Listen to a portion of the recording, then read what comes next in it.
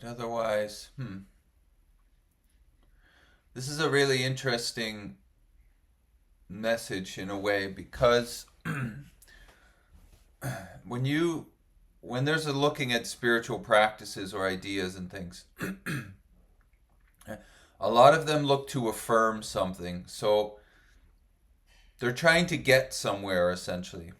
Yeah, it's like there's a goal, or they're trying to maybe affirm that you already are something. Now that's a great message, yeah. In a way, it's the message of not two as well, of non-duality. You already are what you're looking for. But what happens is the mental system picks that up. What hears that is the sense of being a permanent individual. So when somebody says you are what you're looking for, the head claims that saying immediately. And then it points to the body and it says you are what you're looking for. Now the thing about that is that one, it's not true. So when it points to the body, that's not what you're looking for, yeah? What you are is before the body and the mind. So the head is claiming that. The mental system is claiming it when it hears it. Just like when it hears really anything about this message. Or anything in general, the head is claiming its ownership of that. So the words you are what you're looking for are met with I am what I'm looking for. Yeah? And that I am what I'm looking for in the head is presented as a body. So it's saying the thought that's receiving you are what you're looking for is I am as a body what I'm looking for. So that would be a misunderstanding that non-duality or not two philosophy clears up. Yeah. When that I am what I'm looking for comes up in the head, it's met with negation rather than affirmation, yeah? It's met with who is it that thinks they are what they're looking for. Yeah? Because the message you are what you're looking for is like when Ramana says being ourselves reality. You are reality already. Yeah. So whatever is claiming to be reality or trying to get to reality or trying to move away from a reality that it thinks it's in would not be you. So any movement that the mental system makes to try to get somewhere would be moving away from what you already are. Yeah. So that's a very important to see, yes? I heard this once and then I've seen it a lot in my experience, but the idea of J comes after contact with something. So the eyes see something, yeah? There's seeing happening. And then the head claims what's being seen and presents me as the seer. But the seer comes after the seeing. And now in the Chan listening practices that I've done, which are really great, yeah, there's hearing happening. And then what comes up is a mental system that presents you as the hearer of what's being heard. Now, that presentation comes after the hearing. So there's already hearing happening, let's say with big M mind or whatever. And then the head comes up, claims that hearing, and says that I'm the one who's hearing. And now what's being heard is distorted by the opinions of the hearing. That right there is like a really great example of how the head claims whatever's happening, interprets it, or misinterprets it for that matter, and then puts you in the position of being the one who is done to or doing. Yeah. So doership is really like the binding, the middle, the center of the thing. Yeah. I'm the doer of what's being done. Because this same thing happens with thoughts, and that's kind of like where you really get tied up in the thinking. Yeah. But if you sit and notice it, the thoughts come, and then the head claims that those are your thoughts. So it places you as the thinker after the thought. Now the thing is, thoughts are happening rapidly, constantly. So the presentation of you as the thinker is pretty constant. But that presentation being constant doesn't make it true. And until it's seen or investigated, you're taking yourself to be the thinker of those thoughts. Yeah? And now those thoughts are programmed or manufactured, let's say, from thousands of different things. Yeah, there's no thought that's independent. It's all dependent on past or ideas, memories, whatever, perceptions. Yeah, it's all related to past, essentially, programmed that way. Yeah. So the head fires off those programmed, let's say, recognitions of what's going on, and then it places you there as the thinker. But the thinker comes after the thought. The hearer comes after the hearing. It steps in after contact happens. Yeah. The eyes see a tree, and then the head goes tree, and it goes, you're the one seeing the tree. You're the seer of the tree. And now there's a body placed here, which is perceiving the object there. That would be subject, object, and this message is not two. You're not either of those. This happens in the thinking as well. The thought moves, and then there's a presentation of you as the thinker. You as the thinker are seeing the thought. That's two again, and you negate both of those.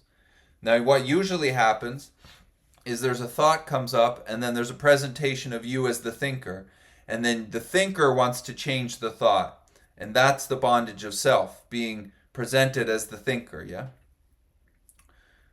this would be the bondage. So you're bonded to whatever arises in your let's say field of awareness. Yeah, by being the doer, the seer, the taster, the toucher, the thinker, the feeler. But that doership comes after the actual happening or the event, let's say. Yeah. So if something comes after, that means it goes. If something comes and goes, it must not be you, because you can see it coming and going. So there's something sitting there, some not thing sitting there as you, seeing the coming and going. Yeah. It's important to see that the idea of you comes after what's happening. It happens very, very fast. But if you sit down and watch, you can see that claiming happen inside the body. Yeah, or seemingly inside the body anyways. And then that bonds you to whatever's arising. And then you're living a life of two-ness, and there seems to be a lot of suffering that way, no? But when you're presented as the thinker, or the seer, or the doer, then there's a want to get out of, you want to change what's being done in a way. Yeah. So if you use that thinking example, thought comes up, and then you're presented as the thinker. That happens, let's say, constantly. Yeah. Until it's seen, and then it starts to diminish. But unless it's brought up or noticed, it will continue on. Yeah. So the thought comes up, and then there's the presentation of you as the thinker of that thought. This is just what the mental system's doing. You're not doing that, but this is how you get bound into two-ness, let's say. So then from the standpoint of being the thinker of the thought, you want to change the thoughts. But the thing is, you're not doing the thoughts. The thoughts are a programmed movement. So you can only see the past, as the Course in Miracles would say. Yeah. So all of your thoughts, recognitions, memories would be projections from the past, or perceptions from the past. Yeah. So it's really distorting what's being seen as you as the thinker, or thought, sorry. Yeah. So you as the thinker want to change the thoughts, but you can't change the thoughts, or you want to stop the thoughts. This is like when spiritual practice becomes an addiction. You're just going to practice and practice and practice until the thoughts stop. But the thoughts are only moving that fast because you're there as the thinker, or being presented and taking yourself to be the thinker. Yeah. If you want your thoughts to stop, you see that you're not the thinker of those thoughts, and the whole thing kind of falls apart. Because it's really a house of cards. Yeah. The idea of you and me is like it's a pretty thin idea. It's not that hard to see through that your head is always thinking about the past or the future. And then it seems to be arising to something called you. Yeah. So when you look in the body to find the you, or from where it arises, it doesn't arise from anywhere, because it's a non-existent thing. It's coming and going. Yeah. It doesn't have independent existence. There is no individual. As in Buddhism they would say there is no self. Yeah. So there's no spoke in the center of the wheel, essentially. And that's a great relief, because then the wheel can spin on. Yeah.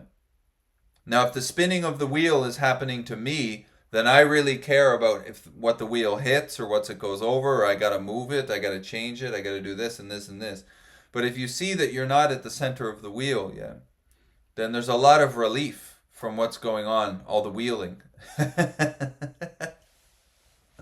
And that would be the release from the bondage of self, yeah. Hmm. The thing is, all these practices, like on an app like this, for instance, yeah, there's all these practices and approaches offered, but they're all looking to change the individual, to make it better, to make it ethereal, to make it a spiritual body. This body's going to become spiritual. I'm going to purify it, yeah. But a lot of things don't investigate what's at the center of it, yeah. The you-ness, the idea that all of this is arising to you. Because another thing the Course in Miracles says, you and I give everything all the meaning that it has. So when thoughts come up in the head, they're only getting meaning because they're taken to be your thoughts. Because the head's presenting you as the thinker. The mental system is saying that you're there as the thinker of those thoughts. And that's false. There is no self. Yeah, there's events happening, deeds and done, but there's no doer thereof. So there's a lot of relief because there's space. You can disentangle from what's arising. So I feel it's important to see that you come after. Yeah, it's almost like you and I are afterthoughts of what's happening. Seeing is happening, the head claims the seeing and presents you as the seer. Hearing is happening, and now your head is claiming what's being said from this mouth. It's trying to understand it and interpret it, and it's placing you as the hearer. Yeah? When there's a glimpse into your true nature, it's about a second before your head comes in and says, you're the one who had the glimpse of your true nature, yeah? And now the head has you trying to get back to that over and over and over and over. Maybe your whole life. People spend their whole lives trying to get back to that thing. Oh, man. So it's the presentation of you, which comes after contact with the whatever. Yeah, let's say a message like this. When the head goes, I understand, that would be the claiming that gets negated here. Yeah. There's one guy that's do always say, you're not going to be there, essentially, when you... The idea of you or me is what gets negated here. It doesn't get affirmed and strengthened, yeah? Because that would be strengthening two-ness, which in the Buddhist sense, I guess maybe in the yogic sense too, would be the root of suffering, yeah? So the solution to suffering would be to see that you're not two-ness. So what presents two-ness would be subjectivity, or the feeling of that you are the subject. That you are the subject of all the objects. Because the objects seem to change a lot, but the feeling of being the subject is just a feeling of you, yeah?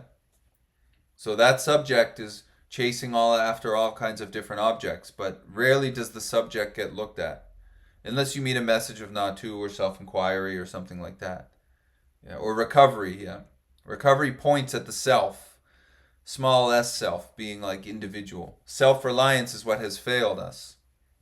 Why has it failed us? Well, in the Natu sense, because there is no self.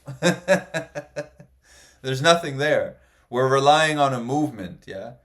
And that movement, mental action, is suggesting that there's something that all that action is happening to. That something would be called you, and that's what this investigates, yeah?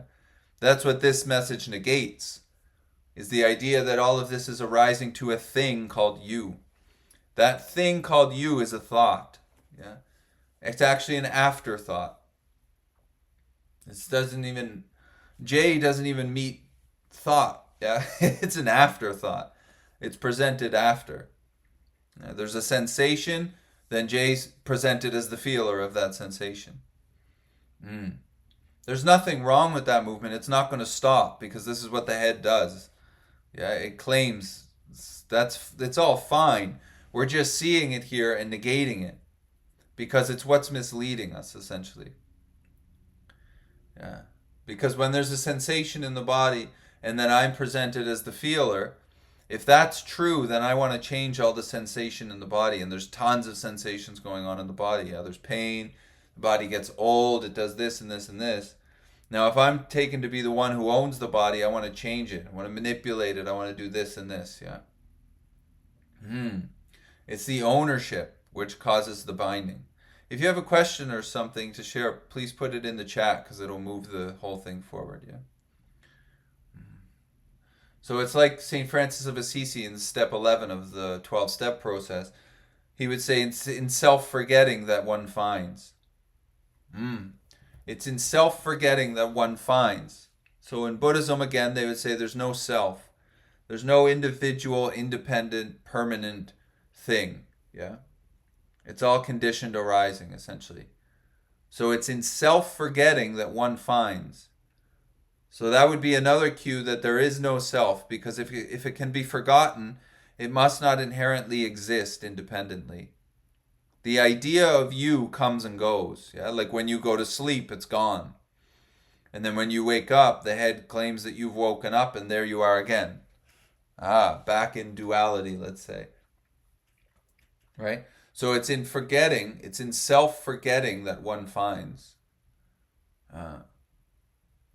So it's not in getting self or making self better.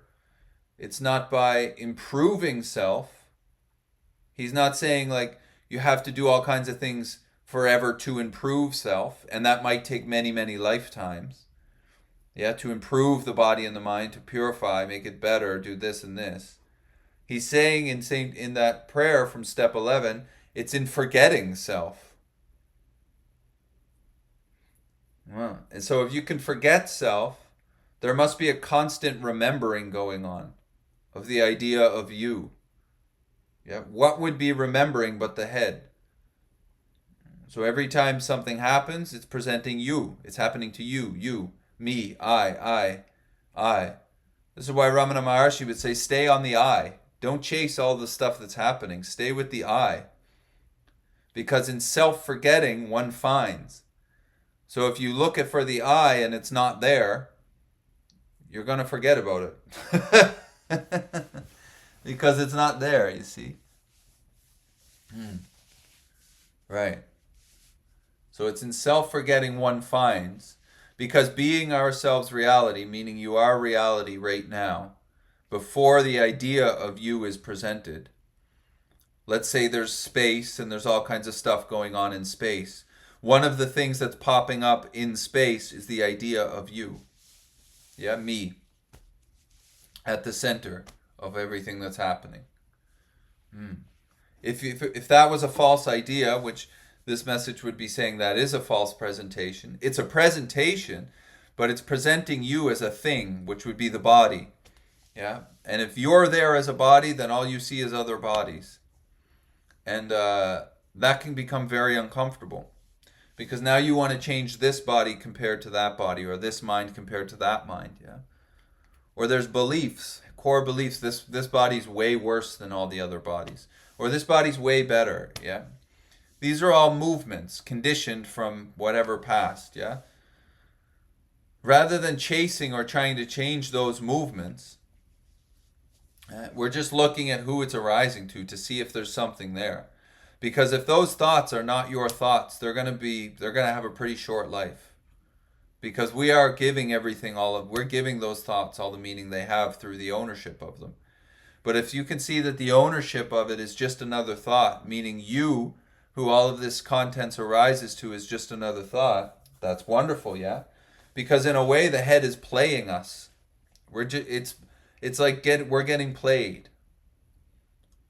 That's how it kind of like, I would in a way see how this happened, yeah? I was getting played for most of my life. Yeah, the head is presenting all these ideas based on past, most that I'm worthless and useless and everything's my fault. And then the head is presenting me as the thinker of those thoughts, and now I'm bound to those thoughts. Yeah.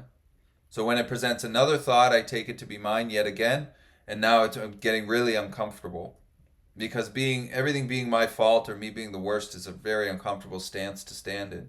So then I want to get out. Yeah. So I drink. Let's say or drug or gamble or whatever. Yeah. Now the whole time, the presentation of me being the noun that all of this is arising to is not a fact. It's a presentation which is happening over and over and over again through your thought system. Yeah. So really, thoughts were having me, and they were running the body. They were killing me. You know. Hmm. So it would have been really good to know that those weren't my thoughts. Yeah. Hmm. Because all the thoughts, the thinking is getting all the fuel from you. Yeah, we give it the fuel because we're taking those thoughts to be ours. So this is just investigating the hour, the me of it. Yeah? Mm. To see if that presentation, when it comes up, is actually there, or is it a presentation that comes and goes? Because thousands of years of Buddhist thought would present that it comes and goes, that there is no permanent individual in the center of this. What's happening? Yeah, that would be great to know because it would bring a lot of relief from what's presented, whether it be emotional or mental or whatever. Yeah. So it's in the self forgetting that one finds. Forget self, and then there you are. Yeah. Right. So any movement then to affirm self, like I'm going to purify the mind and the body. I'm going to make it super compassionate. I'm going to become non-judgmental. Would be in a way a false movement. Yeah. Because the arising of you trying to change what's happening uh, is part of the changing of what's going on. So to try to make the head be not two, to try to make the mental system become not a subject object relationship is not going to happen because that's just how it works. Yeah, it's by seeing that it's not arising to you, which would be the self forgetting. Or like in AA, they would say being convinced uh, that the you-ness is like an arising. It's a mental idea. There's actually a Buddhist teacher who says that it's an emotional attachment more than anything. Yeah. Hmm. Hmm. If there's any questions or anything, please just write in the little chat there, and we can move it along. Hmm. It brings such a great relief, this message, because it like you can move it in and you can take it anywhere. You can take it into recovery, you can take it into meditation, you can take it into chanting, you can take it into listening. You can take self-inquiry anywhere as well. To who is doing it? To whom does it arise? This is it. And you just meet what's going on with that. And you see over time that I which keeps arising isn't really there. Yeah, it's arising and then it's dissipating, and that's a big relief because if all of your existence is put on something that's coming and going, man, your existence is going to be very anxiety inducing. Yeah, and then if you try to make still what's coming and going, it's not going to work. It might be able to get still seemingly for a minute or something. Yeah. But as soon as you get up off the meditation cushion, the mind is going to start thinking. The head, not the mind. The head, like the mental system, is going to start thinking. And then if you're taking yourself to be those thoughts, all you're going to want to do is try to stop the thinking again, which can't happen. So now you're bound to being the doer of spiritual practice, which would be the addiction of addictions, you know. Mm. Because the head will not be convinced. It's going to keep trying to become not two. Yeah. Which is no problem if you're not tied to it. But if you're tied to it through being the ownership or the thinker of the thoughts, then it just keeps going. It runs the body right around, you know. Mm. Okay, nice. Hi, Dave. Hi, Sutton. If there's any questions or anything to share, please let me know. Yeah. Hmm.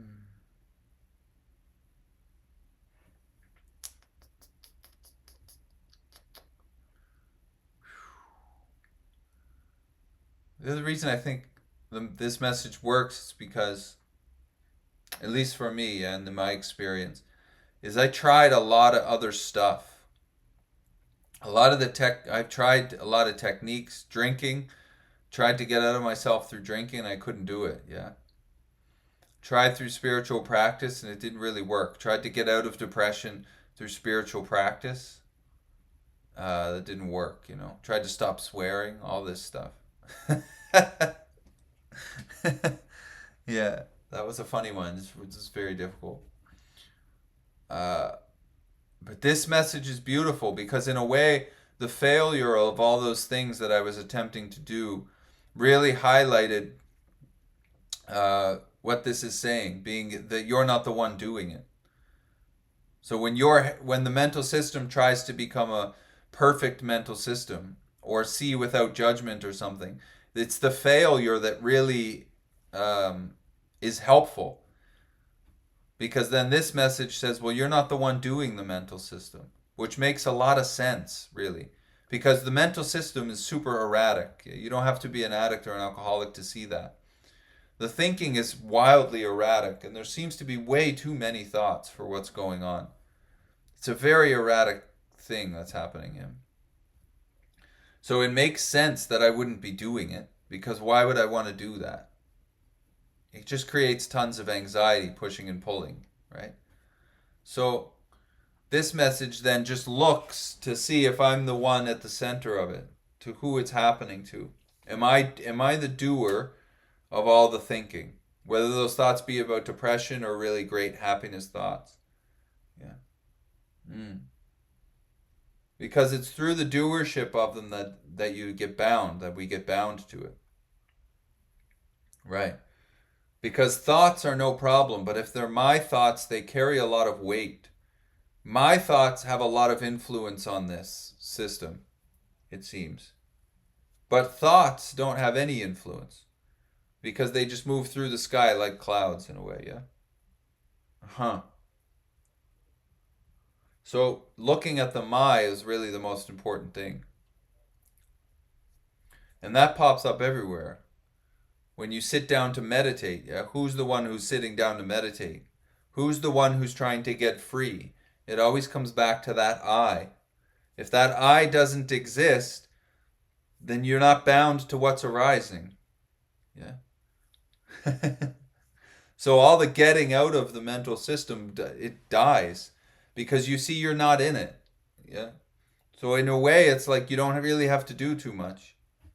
You sit down, you negate, you inquire into where that I arises from, who everything arises to, and you see essentially that it's arising to a mental movement that's not you. You're before it, not the mind or the body.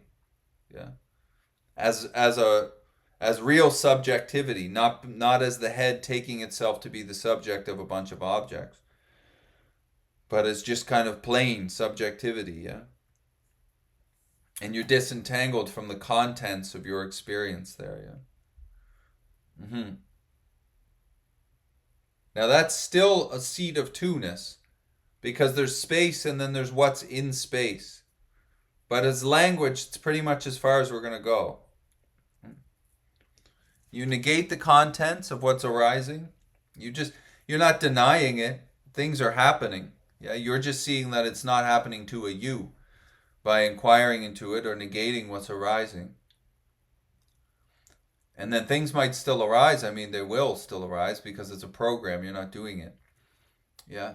But you're disentangled from it. So it's like they're all moving through the space of what you are. You're not space, but like in Tibetan Buddhism, they would talk about beingness as kind of a space in a way.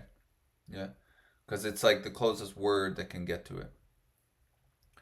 And then there's space and there's everything that's moving through space, which is still two, yeah? So then you would negate both of those. But at that point, it's kind of like as far as we can step back as far as language would be concerned. You know?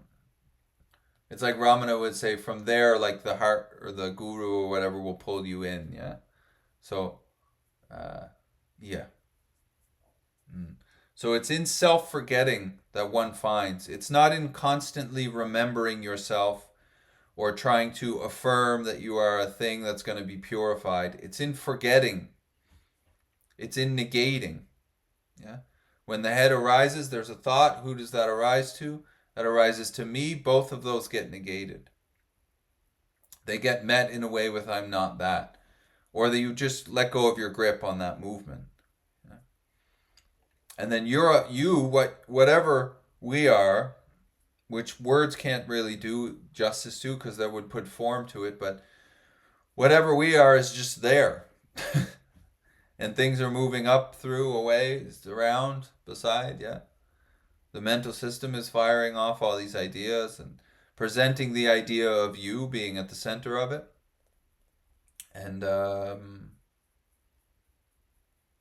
on it goes. Yeah. Now, when it's seen that those thoughts and things aren't arising to you, in my experience, the whole thing slows down. Yeah.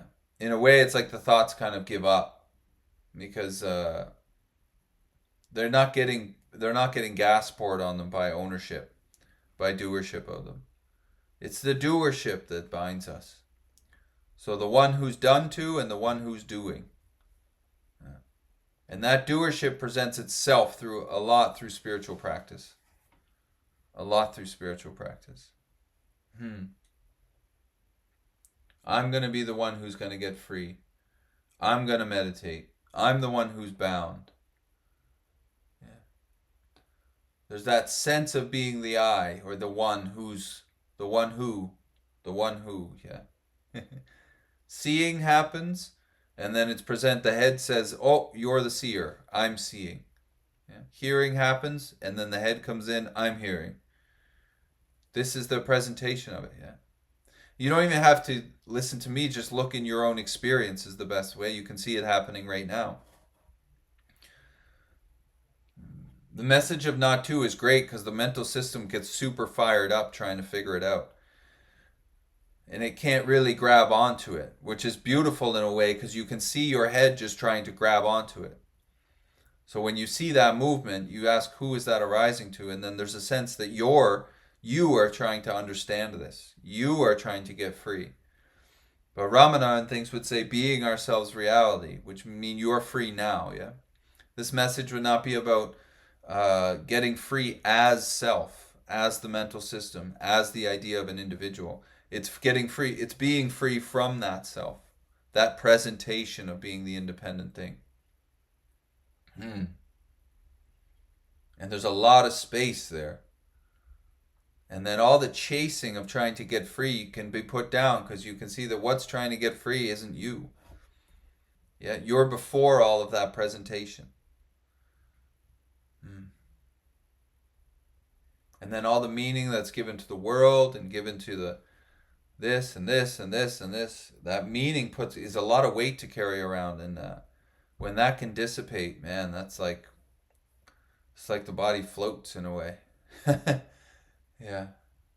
Because the main meaning is that this body, yeah, the main bondage is to the body. And you can see duality really easy. If I ask you whose body that is, you say it's my body. So right there, you're already in a position of two-ness. There's a my, and then there's a body. That my seems to think it owns the body. So the idea of you has been now split. It's been fragmented into two pieces. So what are you? Are you the my or are you the body? Yeah. And then here comes the world. So now there's mind, body, world. So are you the mind? Are you the my or are you the body? And what's the relationship between you and the world? Yeah. You see, the idea is getting fragmented. And then the body's fragmented into all these pieces. There's bindings and psychological movements and all these. It's very complex, super complex. Yeah. But you can see the duality right away. This is my body. So there's an ownership or there's a subjectivity to the object of the body. And now you're seemingly split into two. uh, and then on it goes. Yeah. Right. So from that point of view, you want to change the body because there's a subjectivity which is seeing a bunch of other objects, and now the head is comparing this body to those bodies. It wants to change this body. So it does all kinds of stuff to change this body. Yeah. Not seeing that it's the my which is giving the meaning to everything. Aye. And that doesn't, let's say that doesn't work, so then there's taken to be that you're failing, yeah, at changing the body. Now I hate the body now. So now I'm in the psychological that the body is worthless. And maybe that's a little core belief from when you were a little kid or something. Everything's my fault, the body's fault, yeah. Now I'm going to punish the body or do something else. It just gets very complex, yeah. It's much more efficient just to go straight to who, the my, because that seems to be the starting point. Is there a thing inside your body called me? Yeah. There's not. It's an idea that's coming and going. Wow, that would be very good to see. Hmm? Because otherwise you're seeing from that my. So all the thoughts you have, you're seeing through that perception. And that perception is a misperception, because any perception is a misperception. Yeah. Hmm. Okay, nice. Are there any questions or anything? Anything to share? You can write in the little chat thing if you like.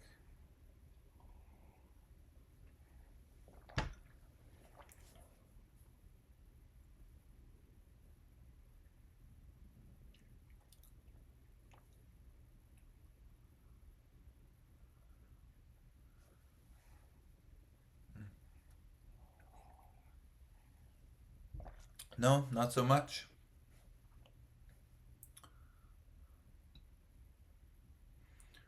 All right, I don't know if there's much more to share from that point, yeah?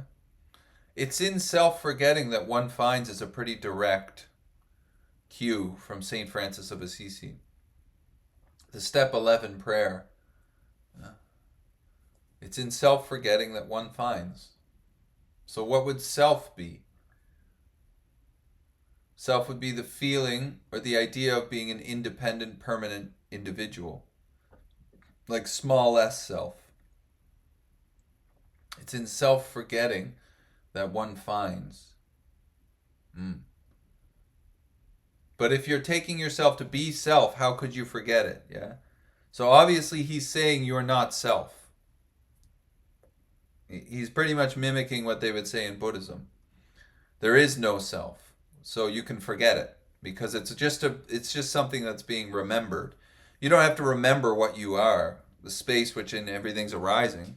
That's there. Yeah, you are it. But the idea of individuality is constantly remembered. So it's in forgetting. Yeah. How could you forget it? By going before it to see who it arises to. That's how I would think about that. Because if I'm it, it can't be forgotten. If there's an individual thing here which is independent, it can't be forgotten because it exists. It has its own existence. But Francis of Assisi is saying it's in self-forgetting, which means self is being remembered. Yeah. In service, we self-forget and find God. Yeah, service from the recovery point of view is super important because it divides. It just kind of breaks the loop of self-centeredness, which would be the mental system's main movement, right? Uh, so this message then for the find God part would be that you are what you're looking for. So it's only in forgetting self. Forget about finding God. Just forget self. And then what you are will be presented, yeah. The finding God would be somebody that idea of individuality is driving to try to find God. The individual is trying to become a not individual. But the first part would be just forget self, and then there you are as what you've always been, what you're looking for, essentially. Yeah, because you are what you're looking for.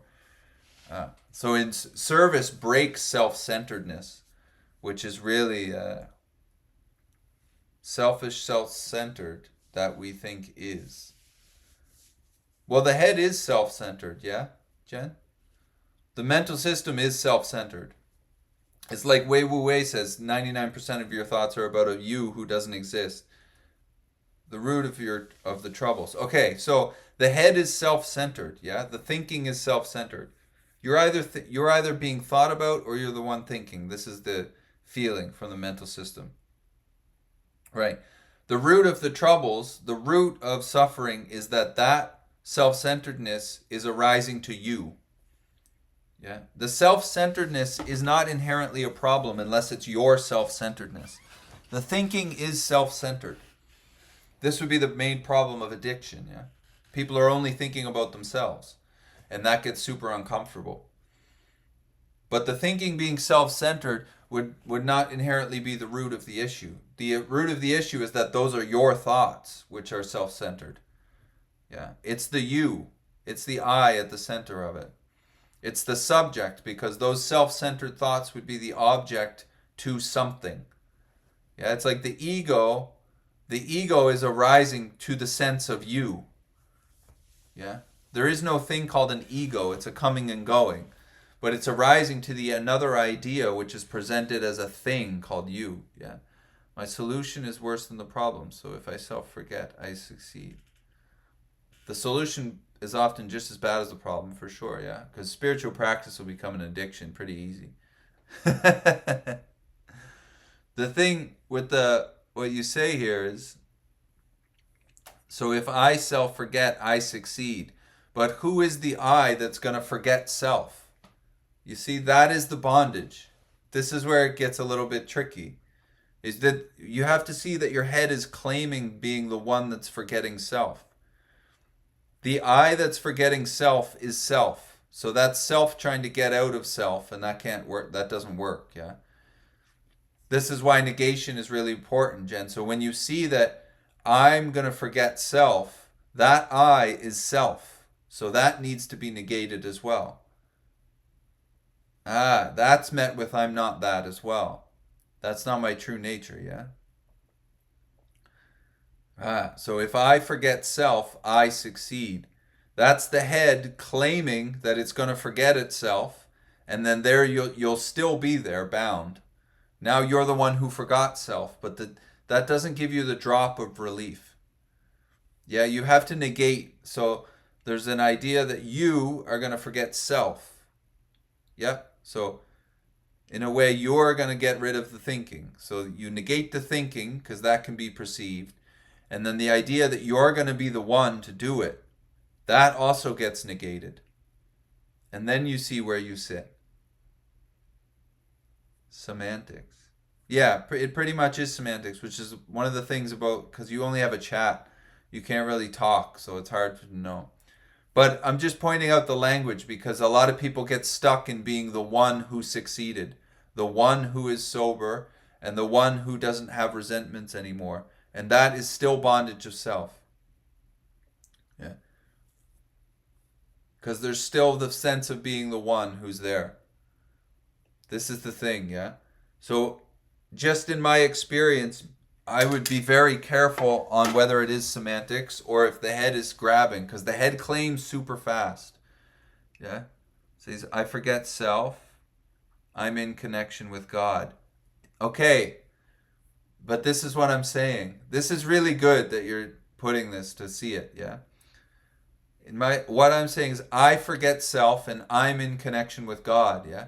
Who is the one who's in connection with God? Because there's still two there, you see? There's a you and there's God. That would be two. This message is not two. You understand? So you negate both of those.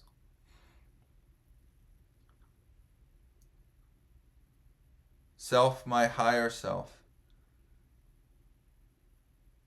Maybe. I don't know. But there's still self. You see what I'm saying? If you forget self, you're there. There's one there in connection with God. Self, my higher self. I think it is difficult in a chat, yeah? Self, my higher self, would put you into two, Anke. You see that? Self, and then big S self puts you into two. That would be, there's something being seen, and there's a sense of being the seer of that. You're bound. You negate both of those. This is the thing I've noticed just from kicking around stuff. A lot of teachers I've listened to are very like, they see a lot of stuff, but they still feel that they're the ones there. They feel that they're the ones knowing it and presenting it and all of this stuff that's going on. This is why the what the Buddhists say, and there is no self, is very important. It's super important. There is no self. So any movement that goes to claim anything, that's not you. Yeah? So self, if there's a feeling that there's a higher self, that's not you. Because it's being perceived. Anything that can be perceived is not what's perceiving. Nisargadatta said that. Huang Po said that. Yeah? Right. So if you're praying every morning, who is praying? You see? There's still a two-ness there. There's a prayer and there's prayer. There's one who's praying and there's one who's doing the prayer. The praying would be trying to get out of something. Yeah? So this message is looking at who's trying to get out. That's all it's looking at. To see if it exists. It's not saying one thing or nothing, yeah? Sure, you don't even have to put a name on it. Yeah? Energy of divine, whatever. So who is before it? Somebody asked that. Michelle. It would be like find out. Yeah? Find out. Because anything I say is not going to cut it. But it's through negation that's worked for me. Any presentation of two, or really any presentation at all that pops up, gets negated.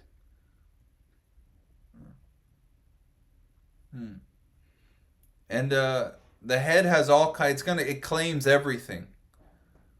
So there's a thought, and then there's a thinker, yeah? And then what happens is you go to negate both of those, and then you're there as the negator. You understand? So it's just a stepping back, really. I'm not the eyes, I'm not the ears. Okay, I'm obviously not the body. So what's more subtle than that? The thoughts, I'm not that. And then your head goes, well, you're the seer of the thought. So I'm not that. Yeah? And it would just kind of step back and back, in a way.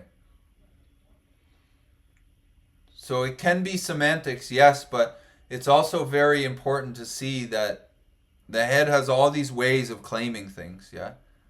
And there's no mistaking when you sit back into the seat that you're in all the time. There's no mistaking that. There's a huge relief from the body.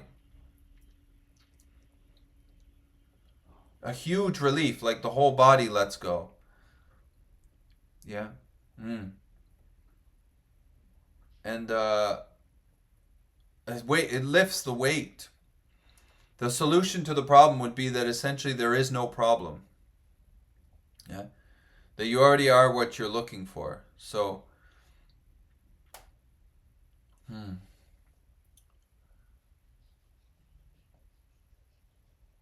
I don't know how to articulate it better than that, except that there's no mistaking when you're disentangled from this idea of I.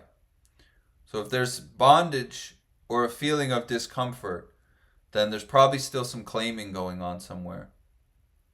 And yeah, there's no problem with that. It's just, but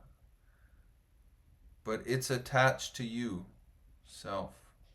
I'm not sure what that means, Anka. You can expand on that. Like if you're listening to this and your head is getting frustrated, this is a good sign in a way. Because your head is trying to grab something that it can't grab. And many times the mental system gets super addicted to the idea that it's the one who understands. And that can be sustainable for some people, but people in recovery are looking for relief, and it doesn't. You're still bonded to relief, yeah. So it's important to see. I'm not talking to you, Uncle. I'm just talking. Whatever's coming through is coming through, yeah. But it's attached to you, self, your inner self. The best way to approach that would be to who's asking that question. Would be to inquire into who's asking that question. When you do that, Anka, the answer inside of you is you. Yeah, or me. Right. So it would be, who does that arise to? Or where does that me come from? Yeah, who am I? What is the I? Is it a thing? What is that? Don't leave that point, essentially. And then any question you have would be answered. You won't come here anymore. You will delete the Insight Timer app. Yeah. Because that's the release from the bondage of self. So then as soon as your head goes and looks for something, you go back to, who is that arising to? It's arising to me. But you already know that that arising isn't a thing. It's a presentation, and it's not you. So as soon as your head goes and looks for freedom, you know it's not you already. So you're not bonded to it, yeah? And then what's giving meaning to everything, which would be the mental system, you have relief from. Sometimes there's just a knowing that is not me. Same thing, Michelle. Who thinks there is a knowing that is not you? Yeah? Because what being ourselves reality, like Ramana says, awareness is the true nature, and you already are that. You see? So it feels more like you than the you that's being presented by the head. Ah. So there's a sense of you there who's knowing the knowing that doesn't seem to be you. Do you see how that's split up? Sometimes there's just a knowing that is not me. So what's saying it's not you is what's not you. You are the knowing before the head comes in as the knower. There's a knowing before knowledge, in a way. Yeah? Now the head is going, that's not me. That's what your head is telling you. That's not me, that's something else. I would negate that movement of the mental and then see where you land. You understand? There can be a glimpse into your nature, and then your head goes, that's not me. But if you negate that movement of me in the head, you'll probably land right back in the knowing before knowledge, let's say. That's what it seems to feel like. There's something that knows before the head knows. And then your head is going, oh, I got to get back there, or I'm not that knowing before, you see? So you have to meet that head. Does that make sense, Michelle? Boomba.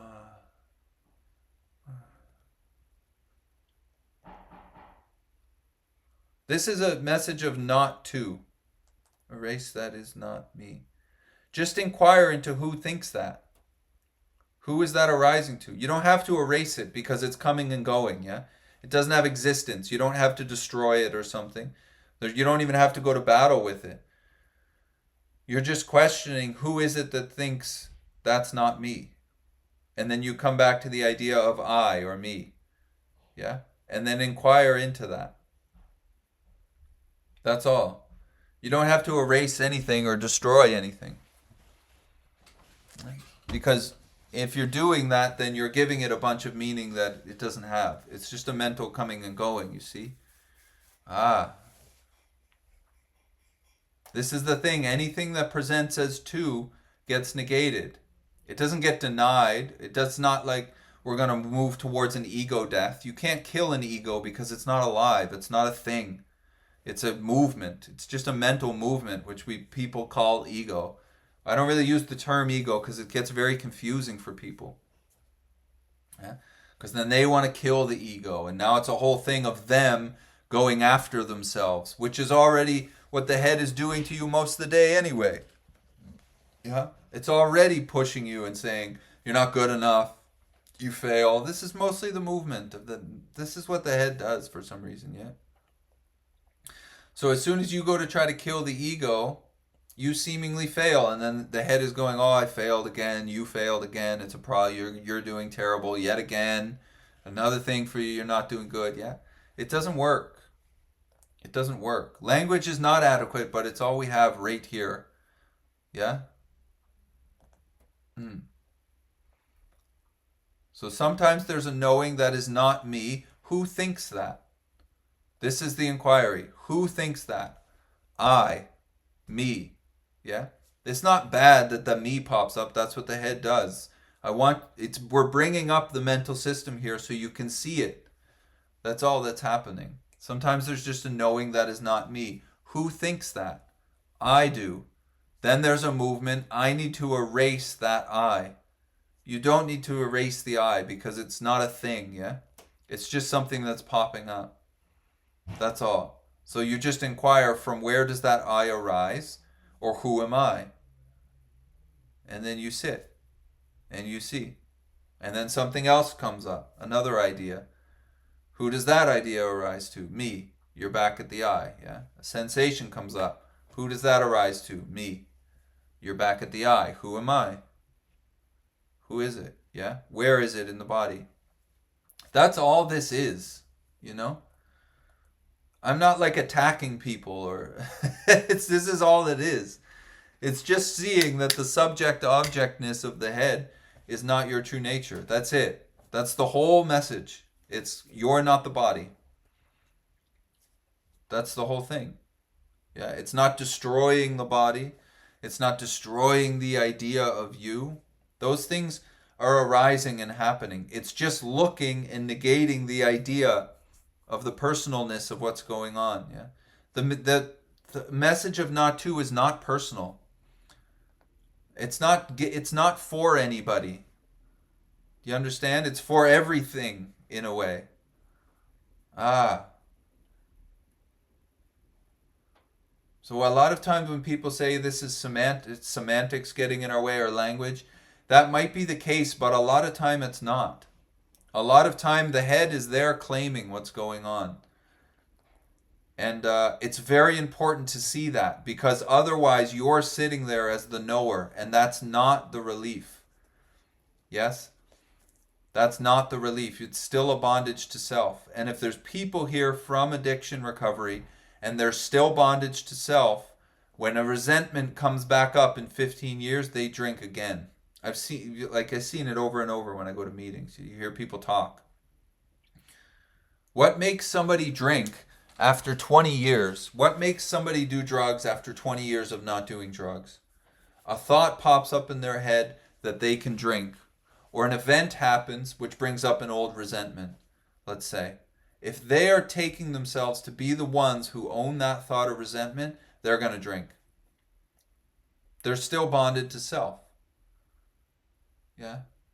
They're still taking self to be a thing that everything is arising to. So what arises still affects them a lot, to the point where it will drive them to use, and then that person will die. Yeah. So saying that things are semantics, maybe, but the claiming of the head is super fast. Super, super fast. So I don't feel like things are semantics most of the time. There's a sense of being the one there who's going to understand this message. And that sense is very, very strong. So it needs to be met with inquiry a lot. Yeah. Because that's like like having a doctorate in bears, and then a bear kills you. The information is useless. Yeah, it's useless if it's being held by a sense of you, or if there's an idea that you're the one who has the information. Ah.